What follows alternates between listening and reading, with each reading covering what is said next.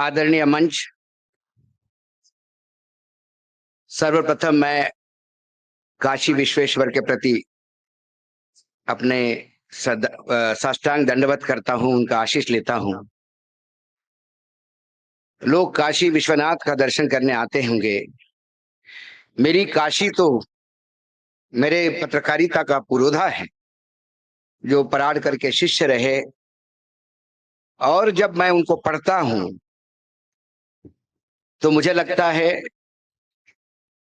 राजनीति में क्या फायदा हुआ आदरणीय कमलापति जी का जाके, ये तो मुझे पता नहीं, या देश को क्या मिला ये मुझे पता नहीं, लेकिन पत्रकारिता का और साहित्य का सबसे ज्यादा नुकसान हुआ ये मुझे लगता है।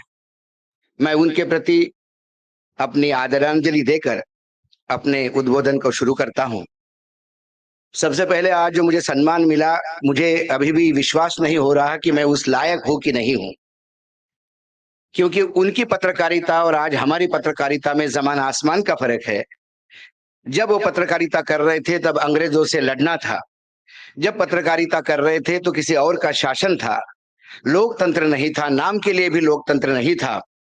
वर्तमान में हम जो पत्रकारिता कर रहे हैं, हम एक कुशासन के खिलाफ लड़ रहे हैं, लेकिन कहने के लिए तो हम कह सकते हैं कि चलो कुशासन ही सही, लेकिन है तो अपने, तानाशाही ही सही, लेकिन है तो अपना। एक दिन तो आएगा कि उसको उखाड़ के फेंकेंगे। लेकिन जिस साम्राज्य पे कभी सूरज अस्त नहीं होता था, क्या वो साम्राज्य का सूरज कभी भारत में डूबेगा, ये किसी को पता नहीं था। उसके बावजूद भी अपने आप को झोंक देना, ये सबसे बड़ी बात थी। मैं जब पंडित जी की किताबें पढ़ता हूं, और मैं आप सभी को मेरा एक विशेष अनुरोध है कि आप उनकी किताबें पढ़िए। क्या शब्द भंडार था! एक पैराग्राफ पढ़ने के बाद आदमी फिर से एक पैराग्राफ पढ़ता है, क्योंकि लगता है कि ये जो मिठास जो आप अनुभूति कर रहे हो पढ़ने की, वो कभी खत्म नहीं होती। शब्दों की रचना, चाहे कोई भी उनकी किताब उठा लीजिए। महात्मा गांधी पे लिखते हुए शायद ये पहला लेखक है देश का। मैंने महात्मा गांधी को बहुत पढ़ा, बहुत उनके ऊपर लोगों ने जो समीक्षाएं की, लिखा है, लेख लिखे, किताबें लिखी, लेकिन कोई ऐसा लेखक मुझे नहीं मिला जो किताब लिखने या महात्मा गांधी जी के ऊपर लिखने के पहले ये कहे कि मैं गांधीवादी होने का दावा नहीं करता, और न यह दावा करता हूं कि गांधी जी के विचारों को जिन रूप से अभिव्यक्त किया है वह गांधी जी अथवा गांधियों के ग्राह्य होगा। मैं जिस रूप से गांधी जी को समझा है उसी रूप से चित्रित करने की चेष्टा की है। ये उनका बड़प्पन था कि वो कह रहे थे कि मैं खुद ये नहीं मान रहा हूं कि मैं गांधीवादी हूं, ना मैं ये गारंटी दे रहा हूं कि गांधी मुझे समझे है। जो गांधी मुझे समझे है उसका चित्रण मैं आपके सामने करने का प्रयास कर रहा हूं। और जब उन्होंने गांधी पे लिखा और जब पढ़ा तो ऐसे कई आयाम मुझे मिले। मुझे लगा कि ये इस व्यक्ति का सोच कितना बड़ा था। मैं उनको इसीलिए पत्रकार मानता हूं, मैं राजनेता बड़ा नहीं मानता, पत्रकार मानता हूं बड़ा, क्योंकि उस आदमी का सोच कितना था। एक जगह वो लिखते हैं, और आज की स्थिति में यदि आप देखेंगे तो आपको पता पड़ जाएगा कि क्या आज से 70-80 साल, 90 साल पहले किसी ने वो कल्पना की होगी कि आज वही होगा। साम्राज्य के बाजारों में प्रतिस्पर्धियों का माल का आयात रोकना, अपने देश में जकात की ऊंची दीवारें खड़े करना, राष्ट्रीय उद्योग के संरक्षण के नाम पर गरीब जनवर्ग को साम्राज्याधिपति राष्ट्र का महंगा माल खरीदने पर के लिए उसे बाध्य करना, मुद्रा एवं विनिमय की नीति इस प्रकार से संचालित करना कि दूसरे देशों के बाजारों में उसके माल का मूल्य गिराकर बेचा जा सके और वहां के उद्योग तथा वाणिज्य व्यापार को चौपट किया जा सके। ये वो आज से 90 साल पहले लिखते हैं। आज जब हम ट्रंप की नीति देखते हैं तो लगता है कि क्या ब्रिटिश साम्राज्य और अमेरिकन साम्राज्य में कोई फर्क है। दुर्भाग्य ये है कि ऐसे दूरदृष्टि वाले नेता या लेखक पीछे रह गए, और जो कुपढ़ और जो अनपढ़ है उनके हाथ में सत्ता आ गई। इसके लिए जो एक ब्रिटिश साम्राज्य से हमने छुटकारा पाया, आज हम दूसरे किसी और साम्राज्य के कुचक्र में फंस रहे हैं। ये हमारे पूर्वजों की गलती नहीं, वो तो हमको आगाह कर गए थे। गलती है हम लोगों की कि हमने ऐसे मूर्ख लोगों के हाथ में सत्ता दी है कि जो ना पढ़ना जानते हैं, ना समझते हैं, ना सोचते हैं, ना उनकी कोई नीति है, नियत सिर्फ सत्ता करने की है। इसके चलते आज ये देश इतना कुचक्र में फंसा हुआ है कि आज समझ में नहीं आता कि हम जाए कहां। मैं देश की वास्तविक स्थिति आपके सामने रख के डराना नहीं चाहता। आज पमेरियन मीडिया, जिसको मैं कहता हूं कि जो सरकार के दरबार में घुंघरू बजा पहन के नृत्य करते हैं, वो पामेरियन मीडिया की हेडलाइन देखिएगा तो आपको आश्चर्य लगेगा। ट्रम्प मोदी जी को मिलते हैं, चीन के पैरों की जमीन खिसक गई। और ट्रम्प चीन को मिलते, जब ट्रम्प चीनी नेता को मिलने जाते हैं तो ट्रम्प के पैरों की जमीन खिसक जाती है। एक ही एंकर 2 महीने के डिफरेंस में 2 हेडलाइन देता है। वास्तविकता मोदी जी के पैरों की जमीन खिसक गई, इस पे कोई बोलने को तैयार नहीं है। और वस्तुस्थिति ये है। अभी हमारे एक मित्र ने कहा कि चीन तरक्की करता है, चीन से बहुत सारी चीजें उठा लो। कोई कहेगा कि चीन में लोकतंत्र नहीं है। चीन कितना देखा है लोगों ने। चीन बेजिंग नहीं है, चीन गोंजाऊ नहीं है, चीन वो क्षेत्र नहीं है जहां औद्योगिक क्रांति बताई जाती है। चीन का एक दूसरा पहलू है। चीन के ऊपर के क्षेत्र में आप जाएंगे तो आपको अफ्रीका से भी बदतर जिंदगी जीते हुए चीनी देखेंगे, क्योंकि उनकी किसी के प्रति जवाबदेही नहीं है। आज हमारे यहाँ एक रोड भी बनना होता है तो 10 लोग रिट पिटीशन फाइल करने चले जाते हैं। कोई कहता है कि यहाँ कुछ हो गया। एक किस्सा है, गडकरी जी ने बताया था, मुंबई एक्सप्रेसवे बन रहा था। उसके बाद उनको पता पड़ा कि पुणे के पास बिल्कुल एक्सप्रेसवे अब ज्वाइन करने की स्थिति आ गई। महाराष्ट्र में कैबिनेट में मंत्री थे, एक ज्वाइंट सेक्रेटरी भागते हुए आया, बोला साहब फिर लोग कोर्ट में जा रहे हैं। तो बोला क्या हुआ? तो बोला अपने रास्ते के पास एक पुराना पेड़ है, उस पेड़ पे एक उल्लू रहता है। अब वो उल्लू की ऐसी प्रजाति है कि लोग कहते हैं कि उस उल्लू के रोड के जाने के जो आवाज होगी गाड़ियों के, उससे उल्लू की प्रजनन शक्ति पे असर पड़ेगा, और इसीलिए वो रोड अभी डाइवर्ट करने के लिए बोल रहे हैं। अब उन्होंने कहा, किसी को कहा कि भाई तुम तो कोर्ट में लड़ो, और उन्होंने कहा कि फिर मैंने फोन किया किसी को कि भाई उस जो गांव बताया उस गांव में कोई है? उन्होंने कहा कि सरपंच अपना ही है। उस सरपंच को बुला के बोला कि भाई तू कुछ चाहता है क्या? सरपंच ही रहेगा कि कुछ जिला परिषद में भी जाएगा? वो बोला सर आपका आशीर्वाद हो तो वहां भी चला जाऊंगा। तो बोले एक काम कर ले। बोले वहां कोई तुम्हारे यहाँ पेड़ है? बोले हाँ बहुत लोग आते फोटो वोटो खींचने। बोले यार वो पेड़ काट डाल, रातों रात पेड़ कटना चाहिए और दिखना नहीं चाहिए वहां पेड़ है। अल्लाह, उसने रात को पेड़ काट दिया और गड्ढा भी इसे पेड़ उखाड़ दिया, लेकिन एक गड्ढा तो दिख ही जाता है। उसने थोड़ी अकल लगाई, 6-7 गड्ढे और खुदवाए साथ में। दूसरे दिन कोर्ट में बहुत जिरा हुई, वकील कहे कि वहां पेड़ ही नहीं है। मामला यहां तक आ गया कि कोर्ट ने कुछ लोगों को नियुक्त किया, जाके देखो पेड़ की क्या स्थिति है। उन्होंने बोला साहब पेड़ ही नहीं है। तो उन्होंने आरोप लगाया पेड़ साहब फोड़ डाला, रात को काट डाला। तो उसने कहा कहाँ पेड़ था ये बताओ। अब वही 6-7 गड्ढे, कोई कहे यहाँ था, कोई कहे यहाँ था, कोई कहे यहाँ था, निष्कर्ष निकला वहां पेड़ नहीं था और रोड बन गया। ये यहाँ की लड़ाई लड़नी पड़ती है, ये लड़ाई चाइना में नहीं है। मैं चीन में मैं भी गया हूं, लेकिन आप सिर्फ विकसित देखते हैं, क्योंकि चीन में जवाबदेही नहीं है। वह हजारों के तादाद लोग बाढ़ में मर जाते हैं तो एक खबर तक बाहर नहीं आती। लेकिन हमारे यहाँ हमारे नेताओं को हर 5 साल बाद एग्जाम देनी पड़ती है, उनको जाना पड़ता है लोगों के बीच में। इसलिए चीन की तुलना हम नहीं कर सकते। लेकिन चीन के विरोध में मैं नहीं हूं। मैं जानता हूं कि चीन के लोग बहुत काम करते हैं। वो काम इसलिए करते हैं कि डंडे के भरोसे करते हैं। हमारे यहाँ आज महाराष्ट्र में ये स्थिति है कि कपास निकालने का काम किसी मशीन से नहीं होता। कपास जो पौधा होता है वो हाथ से निकालना पड़ता है। उसके लिए ये काम जनरली महिलाएं करती है। अब लाडली बहना को पैसा मिलने लगा, तब से महिलाओं ने खेत में जाना छोड़ दिया। तो कपास प्लगिंग का जो प्रकाश, कपास निकालने का जो रेट था वो 50 पैसे किलो से शुरू होता था, 2 रुपए 16, अभी वो 20-22 रुपए किलो हो गया। यदि 1 किलो कपास निकालने के लिए आप मजदूरी 22 किलो दोगे तो फिर आपको क्या रेट मिलेगा और आप क्या खेती कर पाओगे? कई चीजें हैं जो हमें देखना होगा। आज हम कहते हैं कि प्रधानमंत्री तो बोलने के लिए जाने जाते हैं कि भाई रेवड़ी मत बांटो, सबसे ज्यादा रेवड़ी वो बांटते हैं और कहते हैं रेवड़ी मत बांटो। तो रेवड़ियां बांटता कौन है? आज महाराष्ट्र में, आज मध्य प्रदेश की स्थिति यह है कि यदि हर महीने 2000 करोड़ रुपए नहीं लेता है तो तनख्वाह नहीं होती, लेकिन बहनों को पैसा बरकरार है। किसी को, बुजुर्ग को तीर्थ यात्रा जाना है तो वो जरूर है। बच्चों के स्कॉलरशिप के पैसे नहीं है, स्कूल पे छत नहीं है, रोड नहीं है। आज महाराष्ट्र जैसे राज्य में, प्रगतिशील राज्य कहता है अपने आप को, वह एम्बुलेंस कम और एम्बुलेंस ज्यादा चलती है। दो बाम्बू के बीच में धोती पहन के पेशेंट को हाथ में लेके, कंधे पे लेके लोग भागते हुए हॉस्पिटल में जाते हैं। ये रोज चित्र छपते हैं, रोज आते हैं, लेकिन किसी को शिकन नहीं आती, क्योंकि हम इस पे ज्यादा चिंतित है कि मंदिर कहाँ बनेगा, इस मस्जिद में कौन है, यहाँ पहले मंदिर था क्या। ये नरेशन बदलना होगा। हमारे यहाँ 2014 के बाद लोग कहते हैं कि भाई कंगना रनावत जी बहुत विदुषी है, उन्होंने कहा कि 2014 के बाद देश को आजादी मिल गई। हमने बोला ठीक है, मान लिया। 2014 के बाद देश को आजादी नहीं मिली।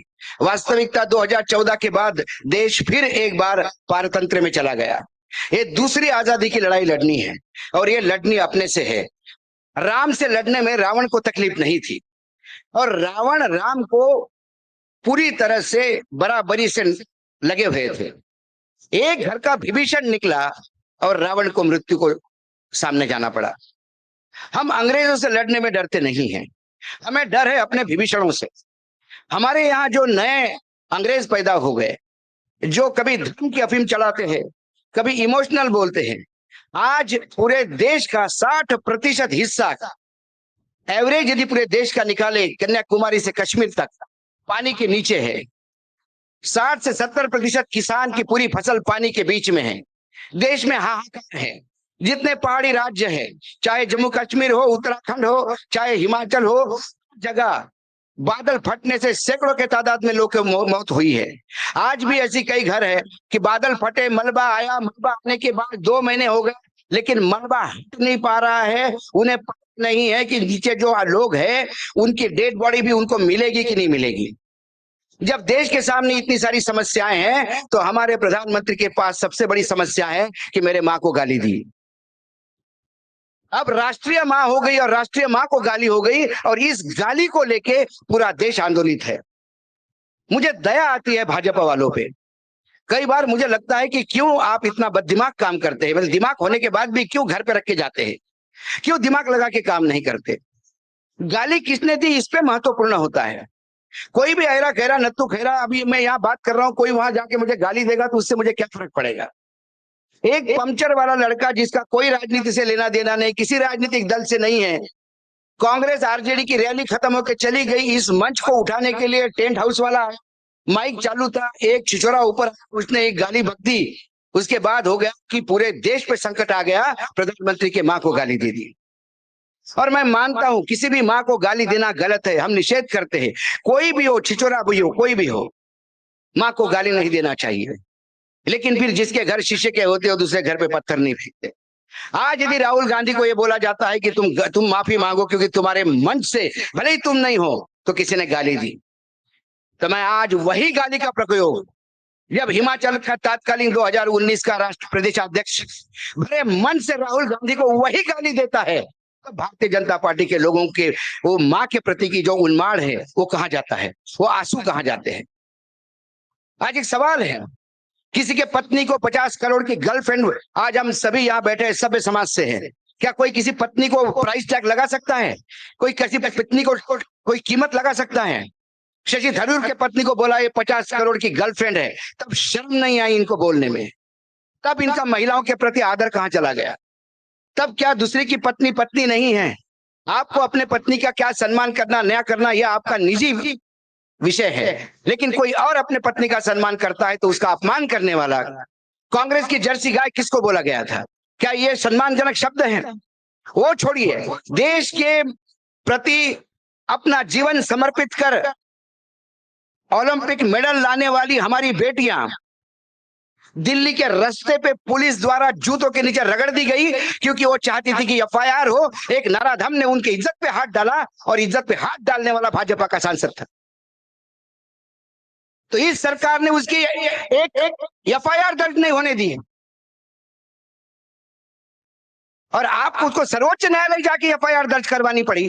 और आप कहते हो कि महिलाओं के प्रति आपको आदर है।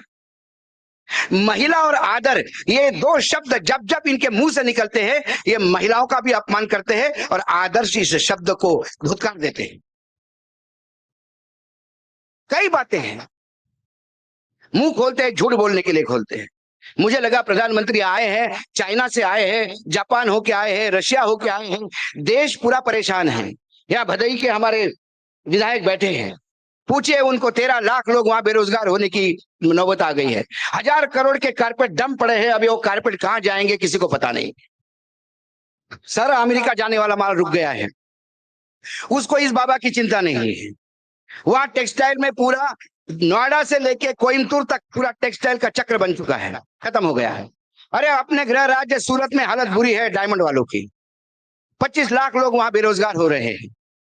लोग समझ में नहीं आ रहा, सुबह से शाम तक इंतजार कर रहे कि बाबा कुछ बोलेगा, और बाबा आके बोलता है कि मेरे माँ का अपमान किया। एक प्रधानमंत्री कितना स्वार्थी हो सकता है। और ये दुर्भाग्य है इस शहर का, इस काशी का अपमान है कि काशी से वो सांसद है। और ये आप लोगों की गलती है, ये आप लोगों की गलती है, क्योंकि काशी में जो वोटिंग हुआ होगा वो किसी ने भी किया होगा, बाहर का आदमी तो नहीं होगा। और यदि वोट चोरी करके आया होगा तो ये चोरी होने कैसी दी, क्योंकि लोकतंत्र के प्रहरी आप भी है। जब भी चुनाव होते हैं, ये आपका चुनाव सिर्फ नेताओं का नहीं होता। चुनाव में सबसे ज्यादा आहुति मतदाता देता है, वो उसका मतदान का काम है। 1947 से लेकर आज तक इस देश को क्या मिला? मैं मानता हूं कई सरकारें आई, लोगों कहेंगे कि डैम्स बने, आईआईटी बनी, आईआईएम बने, लेकिन क्या इस देश की समस्याएं खत्म हो गई? बेरोजगारी वैसे की वैसे ही है, लगातार पॉपुलेशन बढ़ रही है, नए रोजगार पैदा नहीं कर पा रहे। सरकारें आती है जाती है, किसान आज भी परेशान है। मुझे 1947 से लेकर आज तक एक साल बताइए जिस साल किसान ने कहा होगा कि यह सबसे खुशहाल मैं हूं। किसान 1947 से पहले से लेकर आज तक किसान वही अपने प्रॉब्लम में है। कौन यहां सुखी है? लेकिन इसके बाद ये देश उत्सव मनाता है, क्योंकि इस देश के गरीबों को, वंचितों को, अमीरों को, आदिवासियों को, स्त्री हो, महिला हो, किन्नर हो, सबको बाबा साहेब आम्बेडकर ने एक अधिकार दिया, जो है मतदान का अधिकार। आपने जिससे कर्जा लिया वो साहूकार भी लाइन में खड़ा है, आपने कर्जदार हो, आप भी उस लाइन में खड़ा हो, भी एक मत है और उसका भी एक मत है। और ये मताधिकार यदि आपका चला जाएगा तो आप समझ लेना फिर आने वाले समय में क्या होगा। कोई मुझे कहता है कि आने वाले, आपको क्या लगता है? कई बोलते हैं कब जाएंगे, मैंने नहीं जाएंगे, ये लोग नहीं जाएंगे। क्योंकि कैसे जाएंगे? 2029 के चुनाव में आप देखिए ये 400 पार आएंगे। लोग कहां मतदान, मतलब पिछली बार लोगों ने कहां मतदान किया? महाराष्ट्र के विधानसभा के बाद मैं जब महाराष्ट्र में गया तो सब लोग एक ही बात पूछ रहे हैं, ऐसा कैसे झालं, ऐसा कैसा हो गया है, ऐसा कैसा हो गया। हमारी टीम गई थी पूरे हरियाणा में चुनाव में, खाप पंचायत के कई प्रधानों से बातचीत होती थी। चुनाव के नतीजे आने के बाद खाप पंचायत के प्रधान बोले मिलना है, मिलना है। हमने बोला आ जाइए ऑफिस। 10-15 लोग 2 गाड़ियां भर के आ गए और आके एक ही बात कहने लगे, भाई हमने तो ना दिया, ये क्या हुआ है? जब आपका मतदान का अधिकार भी छीन लिया जाता है, क्योंकि चुनाव आयोग ये तय करेगा कि चुनाव कौन जीतेगा। जब चुनाव आयोग ही तय करने लगेगा चुनाव कौन जीतेगा, जब राज्यपाल तय करेगा कि राज्य की सरकार कैसी चलेगी, और विपक्ष की सरकार होगी तो चलने नहीं देगी। बहुत दुखदपूर्ण बात है, लेकिन सर्वोच्च न्यायालय के संविधान पीठ जो बैठा है अभी, जो राज्यपालों के अधिकारों पे जो बात हो रही है, वहां हमारे मुख्य न्यायाधीश भूषण गवई कहते हैं कि हाँ ये बात तो है कि गवर्नर और राष्ट्रपति को बोल तो नहीं सकते। तो कल अखिलेश की यहाँ सरकार आएगी तो क्या अखिलेश जी काम कर पाएंगे? क्या करोगे आप? जितने बिल पास करोगे गवर्नर बैठ जाएगा बिल पे, क्या कर लोगे आप? और उसके बाद पूरा बीजेपी घूमते फिरेगा, क्या बोला था कुछ नहीं कर पा रहे, क्या बोला था कुछ नहीं कर पा रहे। जब राजनीति में इतना छिचोरापन आएगा और इतने हल्के प्रवृत्ति के लोग राजनीति में आएंगे, ये हमारे संविधान निर्माताओं ने कभी सोचा नहीं था, इसीलिए उन्होंने ये समय सीमा नहीं रखी थी। यदि बाबा साहब को मालूम होता कि इतने नाकारा, निकम्मे और इतने चालू किस्म के और इतने फरेब लोग राजनीति में आने वाले समय में आएंगे, तो यकीनन वो इसको भी समय सीमा रखते। लेकिन उन्हें विश्वास था, इस देश की जनता पे विश्वास था। और आज यदि जनता भुगत रही है तो उसके लिए जनता ही जिम्मेदार है। वोट चोरी वो तो होगी। क्या होगा? आखिरी दिन था एप्लीकेशन लगाने का, और देख लीजिए, आप याद करोगे मुझे, जब चुनाव आयोग बिहार के लिए अंतिम सूची देगा, वो सूची वही होगी जो उसको देनी होगी। वो सूची वही होगी जहां विपक्ष का मतदान नहीं होगा। वो सूची वही होगी जो यूपी के आपके लगे हुए हिस्से के लोग बिहार के अलग अलग क्षेत्रों में मतदाता रजिस्टर किए जाएंगे। वो सूची वही होगी जहां एक घर में 120 लोग होंगे। वो सूची वही होगी जहां घर का नंबर 000000050 होगा। वही सूची होगी। क्या कर लोगे आप? न्यायपालिका पे जाओगे? कौन से न्यायपालिका? जिस न्यायपालिका में भारतीय जनता पार्टी के प्रवक्ता को न्यायाधीश बनाया जाता है। महाराष्ट्र में एक बीजेपी के प्रवक्ता को उठा के उच्च न्यायालय में दे दिया, और उनसे क्या अपेक्षा करते हैं? और मैडम ने पहले ही केस जरांगे का सुना और कहा कि 3 बजे के पहले निकल जाए यहां से। क्यों नहीं कहेगी? भारतीय जनता पार्टी में पूरा जीवन गया, प्रवक्ता रही है, वो कैसी न्यायपालिका की चेयर पे बैठ के, क्या आप न्यायाधीश बनाने के पहले देखते नहीं कि इसकी विचारधारा क्या है? और ऐसा ही चलता रहा तो फिर न्यायपालिका से क्या उम्मीद करना? न्यायपालिका के न्यायाधीश कहते हैं कि मैंने भगवान को बोला क्या करूं और भगवान ने बताया है। तो फिर तुम्हें काय को चीफ जस्टिस बनाए? बड़े बड़े मंदिरों को पंडितों को ही बिठा दे। भैया तू पूजा करता है, शाम के टाइम पे जरा 2-4 फैसले भी सुना लिया कर। सुबह जा और शाम को बता कि मैंने 4 फैसले पूछे थे, भगवान ने ये बोला, कर दो। क्यों वकीलों की जरूरत है? किस बात की जरूरत है? राज्यपालों को असीम अधिकार मिलने के बाद सरकारों की क्या जरूरत है? राज्यपाल नियुक्त करेंगे, वो सरकारें चलाएंगे। क्योंकि अभी ये संविधान मिटाने का समय है। ये 370 यूं ही नहीं मांग रहे थे। ये 370 इसलिए मांग रहे थे कि इनको मनुस्मृति लागू करनी है। संविधान से क्या परहेज है? नरेंद्र मोदी और पूरे कुनबे को संविधान से एक ही परहेज है कि संविधान आपको अधिकार देता है बोलने का, संविधान अधिकार देता है पूछने का। अधिकारों से इन लोगों को परहेज है। आप अधिकार नहीं कर सकते। आपको जैसा हम रखेंगे वैसा रहना होगा, हम जो कहते हैं वैसा खाना होगा, हम जो बोलते हैं वही पहनना होगा। वही मनुस्मृति है और हम वही चाहते हैं। इस देश को हिंदू राष्ट्र बनाएंगे। क्या हिंदू राष्ट्र बनाओगे आप? हिंदुत्व की परिभाषा क्या है जानते हैं?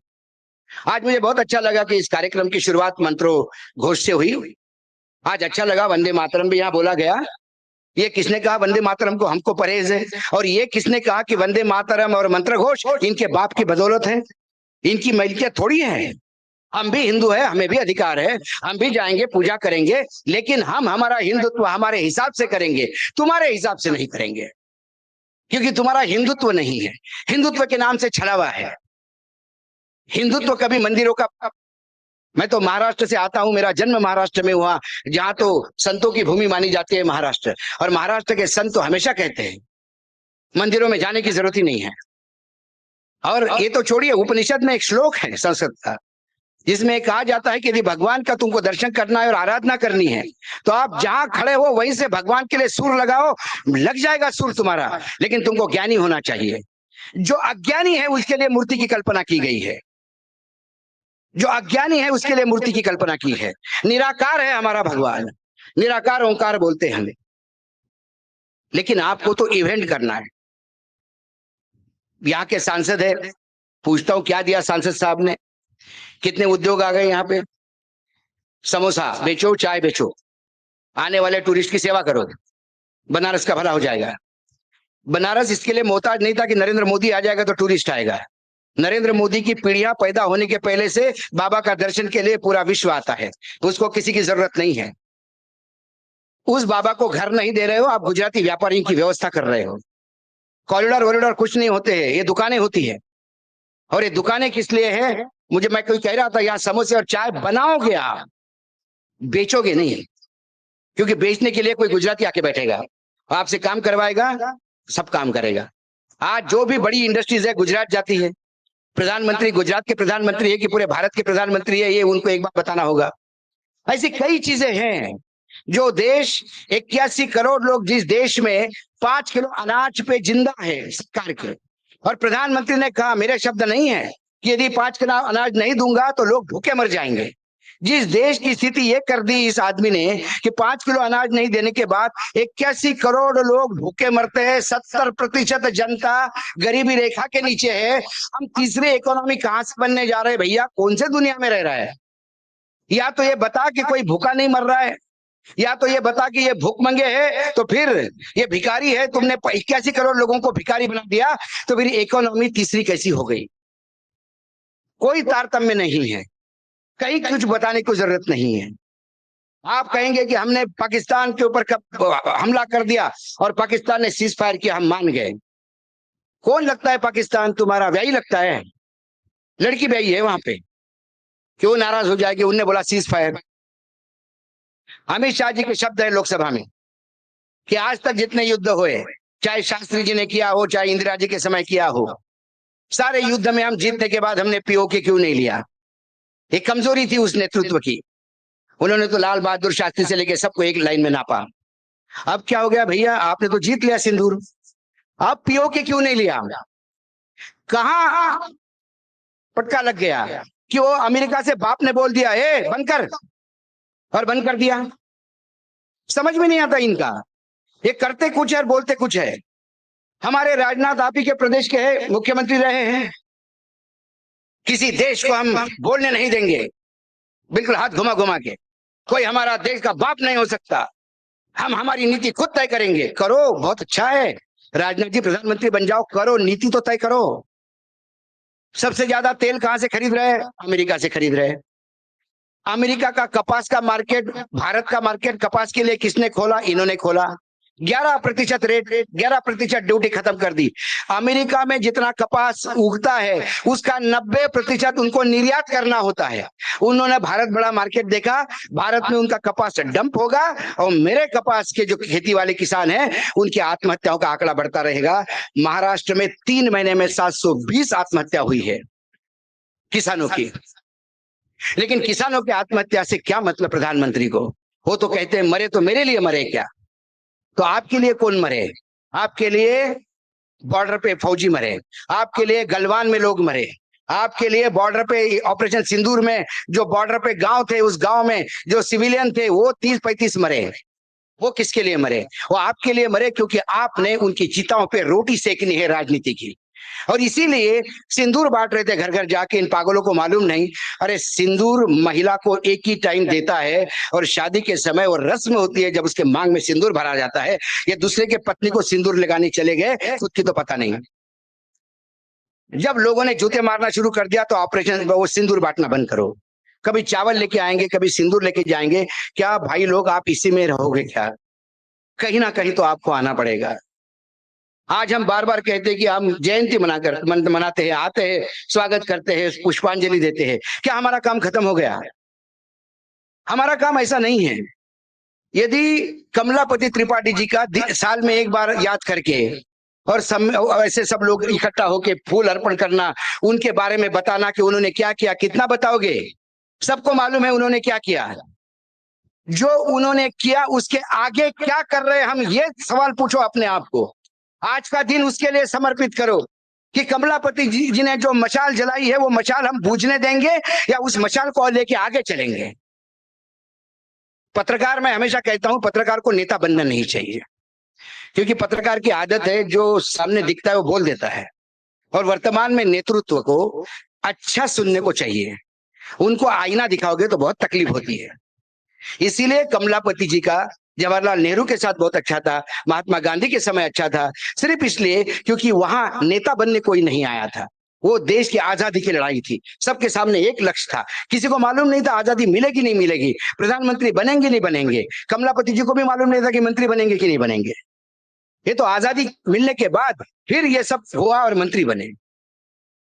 लेकिन आज तो नेता जाता ही मंत्री बनने के लिए है।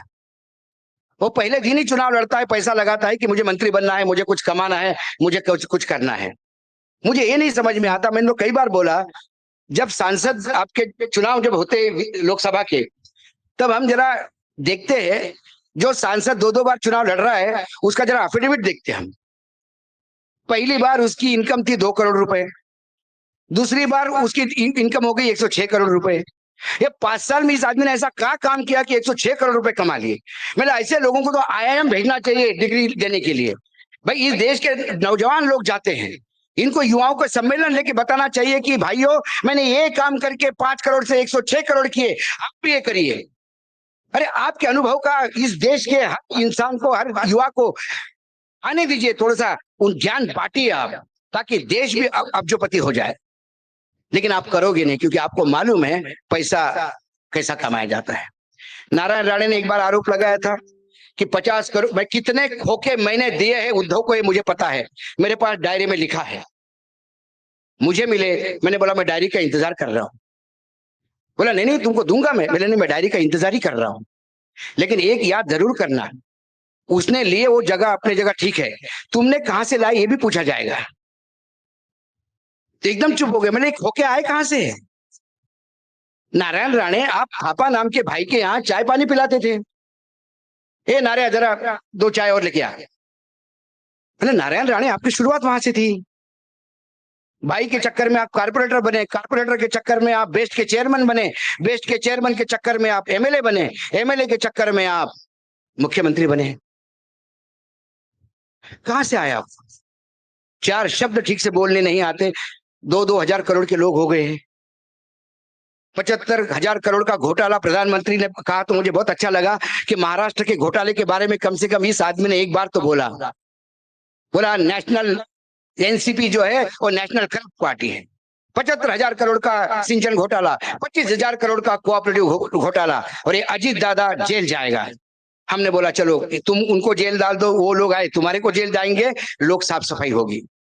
अरे 15 दिन के अंदर अजीत दादा उप मुख्यमंत्री, और मोदी जी स्वागत कर रहे बुके देके उनका। 75,000 करोड़, 25,000 करोड़, कहां भ्रष्टाचार की लड़ाई गई? कहां है भ्रष्टाचार? हर जगह आपको मुखौटा दिखेगा, और ये मुखौटा आप तक आना चाहिए। पानी और गोली साथ नहीं चल सकता, बिल्कुल नहीं चलेगा। खून और पानी साथ में नहीं बहेगा। लेकिन क्रिकेट और खून साथ में बहेगा क्या? क्योंकि Jay Shah cricket control board के चेयरमैन है भाई, उनने बोला पाकिस्तान से खेलना पड़ेगा, किसी की बाप की हिम्मत है मना करने की? ऐसे कई उदाहरण आपको दिखेंगे कि जो लगातार इस समाज में हो रहे हैं, और ये होने दे रहे हैं, इसके लिए हम जिम्मेदार हैं। हम हमेशा भगत सिंह पड़ोस के घर में पैदा करवाते हैं, हमको भगत सिंह अपने घर में नहीं चाहिए। आज क्या बनारस में, दिल पे हाथ रख के बोलिए, बनारस में लोकसभा चुनाव में वोट चोरी नहीं हुई, मत चोरी?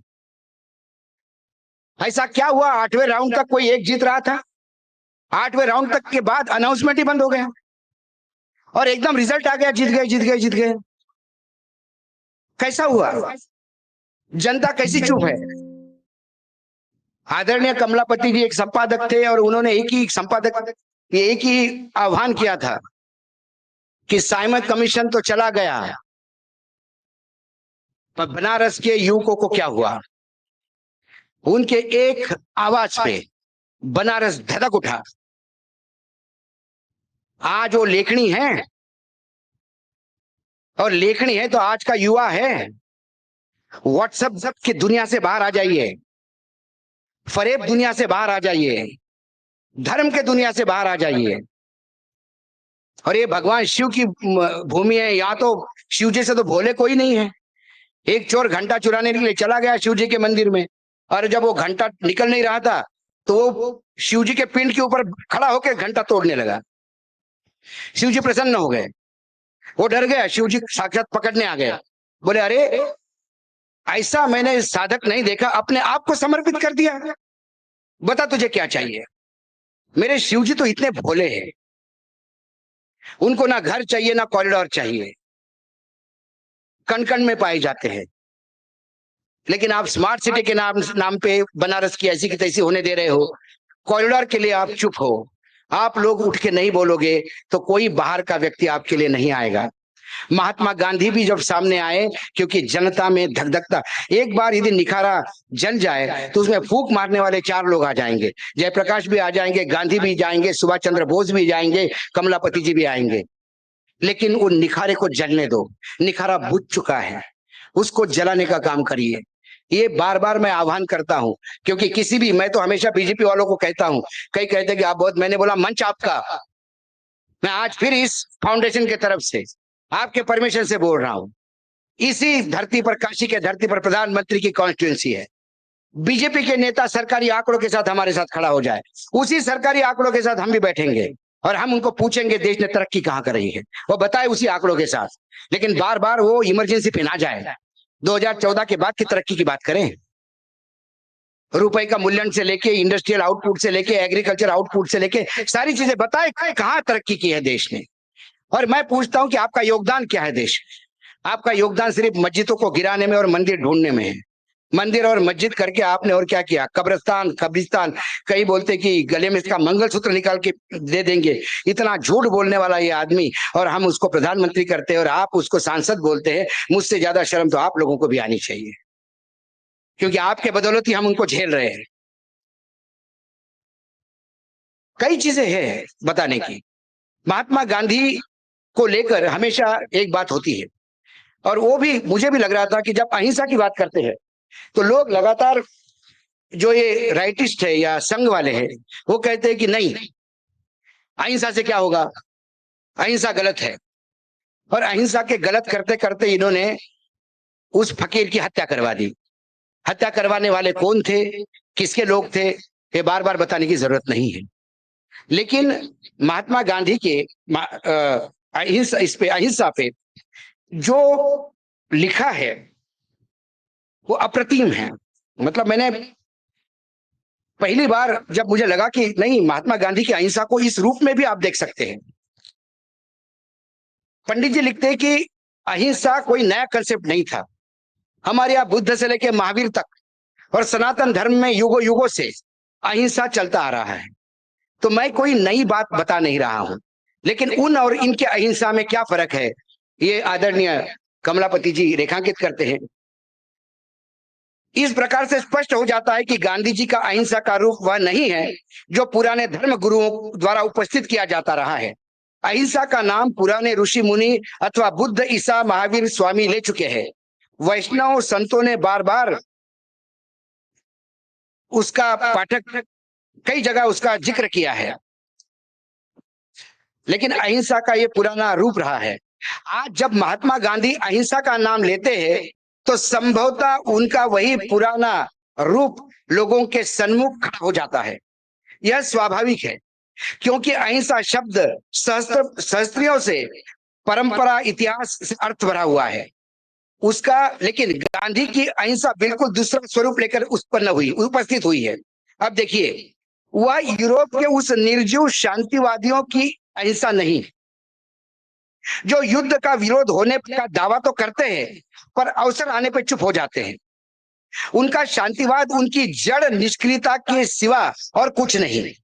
गांधी की अहिंसा बुराई से भागने वाली नहीं, बुराई से भिड़ने वाली है। वह संघर्षात्मक है जो अशुभ और असत का प्रबल विरोध करने पर तुली हुई है। प्रतिरोध की मात्रा यहां तक बढ़ती है कि वह प्रचंड विद्रोही का रूप धारण करती है और बहुधा स्वतः आक्रामक हो जाती है। अन्याय और अशुभ को सहनशीलता तो क्या, उपेक्षा के दृष्टि से भीड़ देखना वह अनुचित, अनैतिक समझती है। अहिंसा गांधी की विरोध प्रकट करती है। गांधी की अहिंसा बुराई से लड़ती है, बाकी लोगों की अहिंसा बुराई के तरफ देख के आंख मूंद लेती है। ये पहली बार मैंने इतना गांधी को पढ़ा, मैंने इतना गांधी के बारे में किया, लेकिन मुझे भी कई बार लगता था कि कुछ जगह पे अहिंसा काम नहीं करेगी। लेकिन कमलापति जी का जब मैंने किताब पढ़ी तो मुझे लगा नहीं, महात्मा गांधी की अहिंसा ही काम करेगी, क्योंकि यह अहिंसा प्रतिरोधक भी है। कई जगह उन्होंने, अब वर्तमान, यदि मैं आज कहूं वर्तमान नेताओं का, उन्होंने गीता का श्लोक का बहुत अच्छा उपयोग करके सुर और असुर, इसका उन्होंने, अब आज मैं जब बताऊंगा उसके कैरेक्टर, ये गीता में श्री कृष्ण ने कहा हुआ है, बराबर पंडित जी ने उसका सही जगह पे उपयोग किया। तो आपको जब बताऊंगा उसका भावार्थ, तो आपको समझ जाएगा कि किसका व्यक्ति चित्र खड़ा हो रहा है। अहिंसा, सत्य, अक्रोध, त्याग, शांति, किसी की निंदा ना करना, प्राणी मात्र के प्रति दया भाव, अलोलुपता, लज्जा, स्थिरता, तेजस्वी, क्षमा, धैर्य, बाह्याभ्यंतर शुद्धि, अद्रोह, अनावश्यक दम का अभाव और दैवी प्रवृत्तियां है, ये अहिंसा है। हिंसा क्या है? हिंसा अर्थात असुर स्वभाव वाले मनुष्य हिंसात्मक माने जाते हैं। असुर स्वभाव वाले मनुष्य ना तो जानते कि उनका कर्तव्य क्या है। ध्यान से सुनिएगा, ये किसका चित्र रेखांकित हो रहा है आपको समझ में आ जाएगा। असुर स्वभाव वाले मनुष्य ना तो जानते हैं कि क्या कर्तव्य है, ना जानते हैं कि क्या अकर्तव्य है, ना उनमें सत्यचरण होता है, ना शौच, ना आचार। जगत के आश्रय रहित मानने वाले, सत्य और ईश्वर का भी अस्तित्व न स्वीकार करने वाले, विश्व को अकस्मात निष्प्रयोजन तथा केवल काम कौतुक से संभूत समझने वाले, अपनी अपरिमित कामनाओं की पूर्ति की इच्छा रखने वाले, दंभ मान और मत से युक्त ही अपने ही भोग को सत्य समझने वाले हैं, उन्हीं की पूर्ति में जीवन लगा देने का एकमात्र लक्ष्य मानता है। ये आज यह मिला, कल उसे प्राप्त करना चाहिए। आज इस शत्रु का नाश किया, कल उस शत्रु का नाश करना चाहिए। मैं ही ईश्वर हूँ, मैं ही भोगी, मैं ही बलवान, मैं ही सुखी हूँ। मुझसे बड़ा धनवान, शक्तिमान, योग्य कोई नहीं हो सकता। ऐसे बुद्धि, दृष्टि, मिथ्या ज्ञान को अपनाकर अभिमान, दंभ, स्वार्थ में अंधे होकर इस प्रवृत्ति के लोग जगत के अहित और विनाश के कारण होते हैं तथा अति उग्र क्रूर कर्मों का प्रवर्तन कर देते हैं।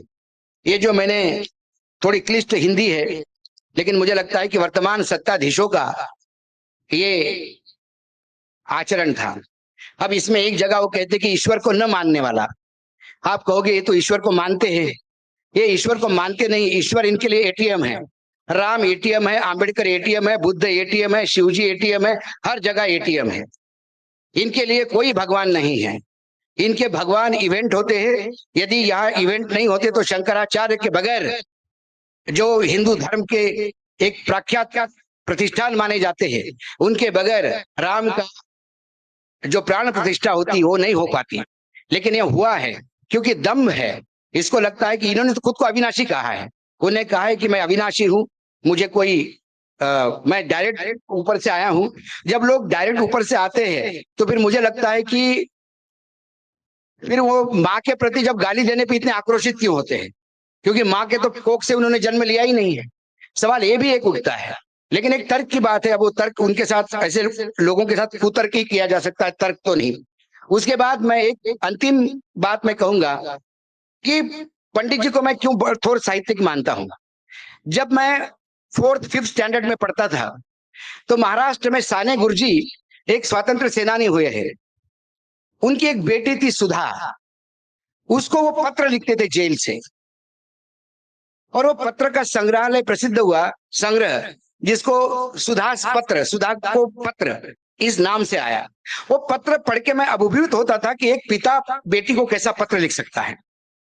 लेकिन जब पंडित जी ने जेल से अपने बेटे को पत्र लिखे और वो पत्र एक किताब के शक्ल में सामने आई हैं, वो किताब छपने के पहले पंडित जी खुद कहते कि मैं इतना बड़ा लेखक नहीं हूं कि मेरे पत्र तुम किताब के इस उपलक्ष्य में लाओ, ये तो मैंने निजी लिखा था। लेकिन पंडित जी का ये बड़प्पन था, उन्होंने मना किया। वो जब मैं पत्र पढ़ता हूं तो वो पत्र नहीं है बेटे को लिखे हुए, वो उस इतिहास है, मुंबई का ग्वालियर मैदान के आंदोलन से लेकर गीता के उपदेश तक आदमी जीवन में कैसा रहना चाहिए, क्या खाना चाहिए, क्या रहना चाहिए, युवा अवस्था में क्या क्या, यौवन आने पे क्या क्या हो सकता है, पंडित जी अपने बेटे के साथ बेबाक तरीके से बात करते हैं। शायद पिता पुत्र का ऐसा संवाद मैंने कभी पढ़ा नहीं, आपको मिला तो आप जरूर पढ़िएगा उसके पत्र पे। अंत में मैं इतना ही कहना चाहूंगा कि क्यों आज कमलापति जी का इस नाम से अवार्ड लेने के बाद मैं कहता हूं कि मुझे भारत रत्न से भी बड़ा है। इसके लिए नहीं कि कोई राशि महत्वपूर्ण होती है, इसके लिए नहीं कि मैं आपने मुझे बुलाया बनारस और स्वागत किया। बहुत जगह न्योता आते हैं, कई बार जाता है, लेकिन इस बार मैंने इसलिए आया हूं क्योंकि मुझे लगा कि पत्रकारिता के जो पुरोधा है, आज उस पराडकर की धरती को एक बार फिर नमन करने जाना पड़ सकता है। और उनके साक्षात शिष्य जो इतने बड़े पत्रकार थे, जिनके संपादकीय से जिन्होंने पूरे पूर्वांचल को दहला दिया था और सही मायने में पत्रकारिता करते हुए राष्ट्र की सेवा की थी, ऐसे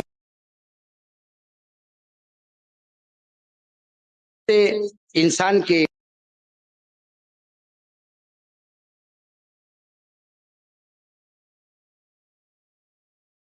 मैं भी इंसान हूँ। कई बार लगता है कि यार कॉम्प्रोमाइज कर ही लो। जब मुझे गौतम अडानी ने मिलने के लिए बुलाया तो मुझे पता पड़ा कि कई लोगों ने वहां पे अच्छा पैसा ले लिया है। वो भी मुझे कह रहे थे कि आपकी क्रेडिबिलिटी बहुत अच्छी है अशोक जी, आप बोले आपका भाई आपके साथ खड़ा होगा। सब कुछ करने के बाद मैं ऑफिस आया, लेकिन मन नहीं माना, क्योंकि मुझे पता था कि मैं उसके पैसे लेके मैं चुप भी हो जाऊं, मैं ऑस्ट्रेलिया जाके चलूं, अमेरिका जाके रहूं, लेकिन मेरा कहीं ना कहीं मेरे पारिवारिक जो मेरे पे संस्कार है वो मुझे झंझोड़ देते कि तूने किसको बेच दिया। मैंने अपने आप को नहीं बेचा, मैंने आपके विश्वास को बेचा। मेरा आपका विश्वास है, आपकी धरोहर है मेरे पास सुरक्षित, और इस विश्वास को रखने के लिए मुझे निरंतर काम करना होगा। और इसीलिए मैं कहता हूं कि आज ये पुरस्कार मेरे लिए एक नया एक बोझ हो गया, बोझ इस मात्रा में कि अब मुझे आने वाले समय में मेरे पत्रकारिता में और भी निखार लानी होगी। क्योंकि जब भी मुझे लगेगा कि मैं थोड़ा डाउन हो गया हूँ, जब भी मुझे लगेगा कि नहीं थोड़ा सा अब मैं, चलो बहुत हो गया, 60 साल के ऊपर उम्र हो गई, अब कितना लड़े, तब मुझे ये अवार्ड याद दिलाता रहेगा, नहीं तुमने अवार्ड लिया है कमलापति जी के नाम का, तुम्हें तो मरने तक लड़ना है। तो एक किसी ने बहुत बढ़िया 4-5 लाइनें लिखी थी, लेखक महोदय भी यहाँ पे है, बहुत बढ़िया लिखा उसने। नफरत उगाने में समूचा राष्ट्र लगा हो, जब शीर्ष पर बैठा कोई धृतराष्ट्र हो, जब जब इश्क से डर और मीरा को जहर, जब जात पर मजहब पर हो सारा कहर, जब खून की प्यासी हमारी कौम हो, जब न्याय करने वाले सब मौन हो, तब जरूरी है कि मन को शुद्ध कर ले, राम कर ले, नानक कर ले, बुद्ध कर ले, गांधी कर ले, कमलापति कर ले। ये है कमलापति त्रिपाठी। इसीलिए मैं, दिनकर यही के हुआ करते थे और कमलापति जी का दिनकर जी से अच्छा संबंध भी था, वो सब समकालीन थे। दिनकर जी की 4 लाइनें और थी मेरे पास कि समर शेष है नहीं पाप का भागी, समर शेष है नहीं पाप का भागी, केवल व्याधा व्याध, समर शेष है नहीं पाप का भागी केवल व्याध, जो तटस्थ है समय लिखेगा उसका भी अपराध। ये आपके लिए है, आपको तटस्थ होके नहीं रहना होगा, आपको कहीं ना कहीं तो जो हमारे संविधान की रक्षा करनी होगी, लोकतंत्र की रक्षा करनी होगी। सरकारें आती है जाती है, कई सरकारें हमने भी देखी है। दिल्ली में पिछले 35 साल के वास्तव्य में मैंने कई सरकारें आती और जाती देखी। मैं नहीं मानता कि कोई भी सरकार परिपूर्ण हो सकती है, हर सरकार में कमियां होती है, हर सरकार में अच्छाई भी होती है, लेकिन कोई सरकार लोकतंत्र पूर्ण रूप से नष्ट करने के लिए काम नहीं कर रही थी, कोई सरकार इस देश में संविधान को खत्म करने के लिए काम नहीं कर रही थी।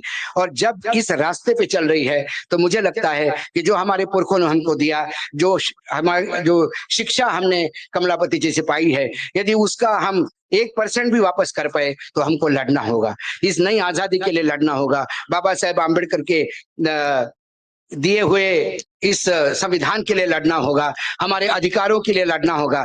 मेरे अधिकार तो मुझे मिलेंगे, पढ़ा लिखा हूँ, एक एस्टेब्लिश्ड हूँ, नाम भी चढ़ा, चेहरा भी थोड़ा लोग देख लेते हैं, लेकिन क्या मेरी सिर्फ जरूरत इतनी है कि मैं स्वयं हूँ? यदि मैं अपना ही विचार करूं तो फिर मेरे में और नरेंद्र मोदी में फर्क क्या रह गया? यदि मुझे बाकियों की विचार करना है तो मेरी तो जिंदगी में मैंने जी ली, मेरे बच्चों को मैं क्या लेके जाऊंगा? आने वाले समय में यदि हम अभी जग नहीं गए तो आने वाले समय में जब भी श्राद्ध होगा तो हमारे बच्चे हमारे लिए थाली नहीं निकालेंगे, हमारे फोटो पे जूते की माला पहनाएंगे कि आज की स्थिति जो हमारी बनी है इसके लिए आप जिम्मेदार हो, क्योंकि आपने ऐसा सरकारों को गठन होने दिया और ऐसी सरकारों को चलने दिया। डर लगता है, ऐसा नहीं कि लोग कहते हैं कि आपको डर नहीं, क्या? हम तो हमेशा कहते हैं कि महाकाल के भक्त है, बाबा शिव के भक्त है, जब उसको लेके जानी होगी तो स्टेज से उतरते उतरते हार्ट अटैक से चला जाऊंगा, नहीं तो गुजरात में प्लेन क्रैश हो गया, एक आदमी बच गया, बस यही है।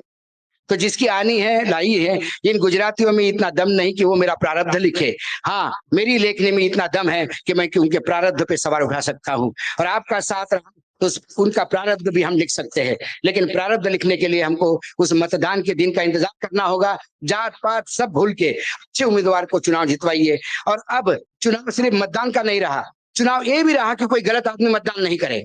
आपका मतदान खत्म होने के बाद मतदान बूथ पे खड़ा होना होगा, जो ऐसे फर्जी वोटर है उसका हाथ पकड़ना होगा, पूछना होगा तो किस मोहल्ले का है, कैसा मत यहाँ दे रहा है, ये मतदान, ये महिला मर के आज 3 दिन हो गए। एक जोक था कि एक लड़का गया पूछने कि भाई कमला देवी ने वो दे दिया क्या, मतदान दे दिया? वो बोला हाँ 9 बजे दे के चली गई। बोले इस साल फिर रह गया। बोले क्या हो गया? बोले मेरी माँ है। तो बोले क्या हुआ माँ है तो? बोले मिलना चाहता था। क्यों? बोले अलग रहते हो क्या? बोले नहीं, मरे हुए 20 साल हो गए, हर चुनाव में आके वोट देके जाती है, तो मैं मिलने आता हूँ कि एक आध बार तो मुझे मिले। ये वस्तुस्थिति जोक था, ये जोक वास्तविकता हो रही है। लेकिन यदि आप में से हर एक को पत्रकार होने की जरूरत नहीं है, आप जिस स्थिति में काम कर रहे हैं, आप नौकरी कर रहे हैं, समाज सेवा कर रहे हैं, आप निवृत्त भी हो गए हैं, रिटायर्ड भी हो गए हैं, तो आपका एक वजूद है। आपको हमेशा समाज को कुछ देने के लिए सोचना होगा। और जब समाज के लिए देने की बात होती है तो श्रीकांत राउत है, अच्छे लेखक है, मराठी कवि, उन्होंने एक मराठी में कुछ छंद लिखे थे, उसका मैंने बहुत ही अपने तरह से हिंदी का अनुवाद करने का प्रयास किया हूं। दुख मेरे ईश हुए, शब्द मेरे प्रार्थना, आरती मैं गा रहा हूं, वही है मेरी वेदना। मैं पुजारी इंसानों का, भक्त मैं उनके दुखों का, अंधों का मैं राह दिखाऊं, यही मेरी अर्चना, यही मेरी अर्चना है। यही अर्चना मैंने आज कमलापति जी के आदर्श को मानते हुए लिया है। आज इस भूमि से एक बात जरूर मैं कहूंगा, आपको जहां मेरी जरूरत होगी, मैं आपके साथ कंधे से कंधा लगा के खड़ा हूंगा। मैं पत्रकार हूं, लिख सकता हूं, बोल सकता हूं, जितना मेरे से कर सकता हूं मैं कहूंगा। किसी भी प्लेटफॉर्म पे, छोटा प्लेटफॉर्म, बड़ा प्लेटफॉर्म, आपने कहा कि बहुत धूप लग रही है, तो ये तो यही होता है कि जब ज्यादा तपता है सोना तो और निखर के आता है। तो मैं तो यही मानता हूं कि जब तक, और ये अच्छा है कि नेताओं को तपा दिया आपने, इन सबको एसी की आदत लग गई है। और बेचारे जो ये होते हैं अपने वर्कर, उनकी हालत बहुत बुरी होती है, वो तपते हैं धूप में। पहली बार मैंने देखा कि आपने सही कमला जी को, सही आदरांजलि यही है कि कमला जी के तरीके से आपने, क्योंकि वो भी तप के निकले हैं, आपने सबको तपाया, इसके लिए भी आपका धन्यवाद।